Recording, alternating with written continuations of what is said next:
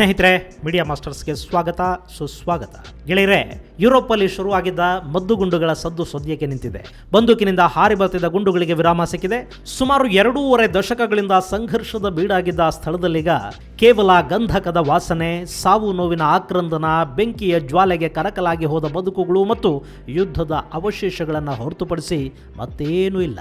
ಅಲ್ಲಿನ ಜನ ತಾವು ಬಾಳಿ ಬದುಕಿದ ಮನೆಗಳನ್ನು ಈಗ ತಾವೇ ಸುಟ್ಟು ಹಾಕೋತಾ ಇದ್ದಾರೆ. ಶತಮಾನಗಳಿಂದ ವಾಸ ಮಾಡಿದ್ದ ಭೂಮಿಯನ್ನ ಬಿಟ್ಟು ಅನಾಥರಂತೆ ಗುಳೆ ಹೋಗ್ತಾ ಇದ್ದಾರೆ.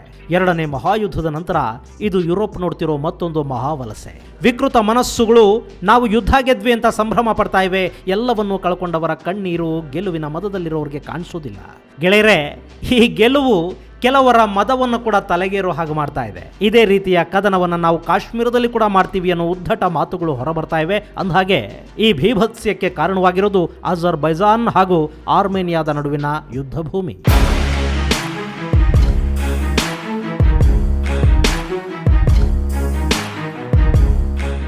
ಸ್ನೇಹಿತರೆ, ಈ ಹಿಂದೆನೇ ನಾನು ಅಜರ್ಬೈಜಾನ್ ಮತ್ತು ಆರ್ಮೇನಿಯಾ ನಡುವೆ ನಡೀತಿದ್ದ ಕದನದ ಬಗ್ಗೆ ನಿಮಗೊಂದಷ್ಟು ಮಾಹಿತಿಯನ್ನು ಕೊಟ್ಟಿದ್ದೆ. ಈ ಯುದ್ಧ 2 ರಾಷ್ಟ್ರಗಳ ಬದಲಾಗಿ ಅದು 2 ಧರ್ಮಗಳ ನಡುವಿನ ಕಿತ್ತಾಟವಾಗಿ ಮಾರ್ಪಡುತ್ತೆ ಅನ್ನೋ ಅನುಮಾನಗಳಿದ್ವು. ಕೆಲ ಅಂತಾರಾಷ್ಟ್ರೀಯ ಮಾಧ್ಯಮಗಳಂತೂ ಇದನ್ನು ಜಗತ್ತಿನ 3ನೇ ಮಹಾಯುದ್ಧಕ್ಕೆ ಕಾರಣವಾಗುವ ಅಂಶಗಳ ಪೈಕಿ ಒಂದು ಅಂತ ವರ್ಣಿಸ್ತಾ ಇದ್ವು. ಆದರೆ ಅಲ್ಲಿ ಅಂಥದ್ದೇನೂ ಆಗಿಲ್ಲ. ಅದು 2 ರಾಷ್ಟ್ರಗಳ ನಡುವಿನ ಯುದ್ಧವಾಗಿ ಅಂತ್ಯಗೊಂಡಿದೆ.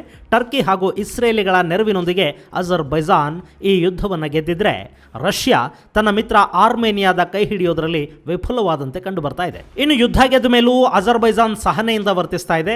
ಅಲ್ಲಿನ ಜನರಿಗೆ ಗಡಿ ದಾಟಿ ಆರ್ಮೇನಿಯಾಗೆ ಹೋಗೋದಿಕ್ಕೆ ಅವಕಾಶ ಮಾಡಿಕೊಡ್ತಾ ಇರೋದ್ರಿಂದ ಇಲ್ಲಿ ಮಹಾವಲಸೆ ಶುರುವಾಗಿದೆ. ಮತ್ತೊಂದು ಕಡೆ ಕದನ ವಿರಾಮ ಹಾಗೂ ಶಾಂತಿಯ ಒಪ್ಪಂದಕ್ಕೆ ಸಹಿ ಹಾಕುವ ಮೂಲಕ ಯೋಧರ ಬಲಿದಾನವನ್ನ ವ್ಯರ್ಥ ಮಾಡಿದ್ರು ಅನ್ನೋ ಕಾರಣಕ್ಕೆ ಆರ್ಮೇನಿಯಾದ ಜನ ಅಲ್ಲಿನ ಸರ್ಕಾರದ ವಿರುದ್ಧ ಪ್ರತಿಭಟನೆಗೆ ಮುಂದಾಗ್ತಾ ಇದ್ದಾರೆ. ಗೆಳೆಯರೆ, ಇಲ್ಲಿ ಯುದ್ಧ ಗೆದ್ದ ಮತ್ತು ಸೋತ 2 ರಾಷ್ಟ್ರಗಳು ಸಂಭ್ರಮಿಸೋದು, ದುಃಖ ಪಡೋದು ಸಹಜ. ಆದರೆ ಇಲ್ಲಿ ಈ ಯುದ್ಧದ ಗೆಲುವನ್ನು ಸಂಭ್ರಮಿಸ್ತಾ ಇರೋದು ಟರ್ಕಿ. ಇವತ್ತು ನಗಾರ್ನೋ ಕರಬಾಕ್ ಮುಂದೆ ಕಾಶ್ಮೀರ ಅನ್ನೋ ಉದ್ದಟತನದ ಹೇಳಿಕೆಗಳನ್ನು ಕೊಡೋ ಮೂಲಕ ಮತ್ತೆ ಟರ್ಕಿ ತಾನು ಇಸ್ಲಾಮಿಕ್ ದೇಶಗಳ ಸಂರಕ್ಷಕ ಅನ್ನೋ ರೀತಿ ತನ್ನನ್ನು ತಾನು ಬಿಂಬಿಸ್ಕೊಳ್ಳೋದಕ್ಕೆ ಹೋಗ್ತಾ ಇದೆ. ಆದರೆ ಕಾಶ್ಮೀರದ ವಿಷಯಕ್ಕೆ ಬಂದರೆ ಟರ್ಕಿ ಮತ್ತೆ ಮೊದಲ ಪ್ರಪಂಚ ಯುದ್ಧದಲ್ಲಿ ಒದೆ ತಿಂದ ಹಾಗೆ ಈ ಬಾರಿಯೂ ತೀವ್ರ ಸಂಕಷ್ಟಕ್ಕೆ ಈಡಾಗಬೇಕಾಗತ್ತೆ ಅನ್ನೋದು ಖಂಡಿತ ಸುಳ್ಳಲ್ಲ.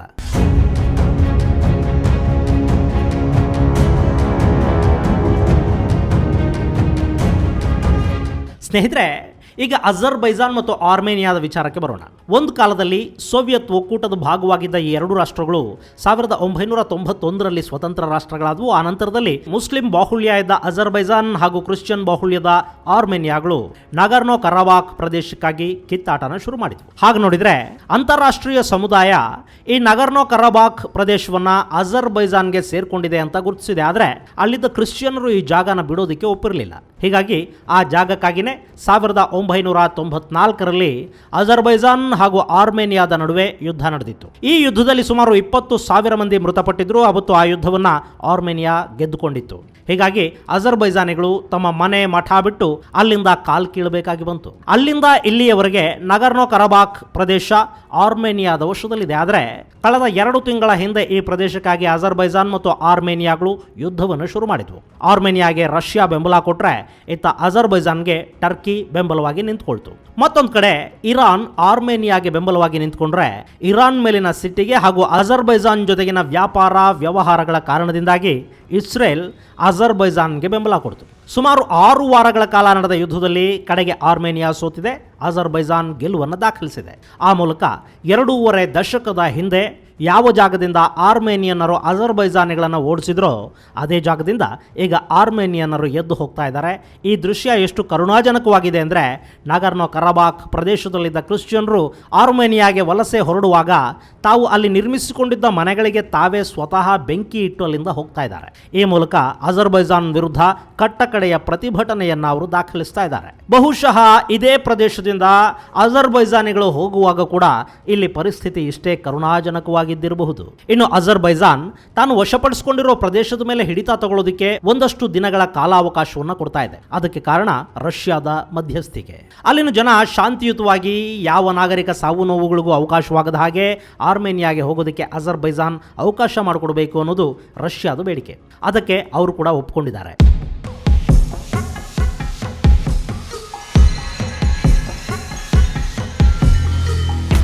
ಈ ಎರಡೂ ದೇಶಗಳ ನಡುವೆ ಇರುವ ರಸ್ತೆ ಬೆಟ್ಟ ಕಣಿವೆಗಳ ನಡುವಿನ ಹಾದಿಯಾಗಿದ್ದು ಅಲ್ಲಿ ಜನ ತಮ್ಮ ವಸ್ತುಗಳೊಂದಿಗೆ ತೆರಳೋದಕ್ಕೆ ಕಷ್ಟ ಆಗುತ್ತೆ. ಹೀಗಾಗಿ ನಾವು ನಗರ್ನೋ ಕರಬಾಖ್ ಅನ್ನ ಇನ್ನೂ ವಶಕ್ಕೆ ತಗೊಂಡಿಲ್ಲ ಅಂತ ಅಜರ್ಬೈಜಾನ್ನ ಅಧ್ಯಕ್ಷರು ಹೇಳಿದ್ದಾರೆ.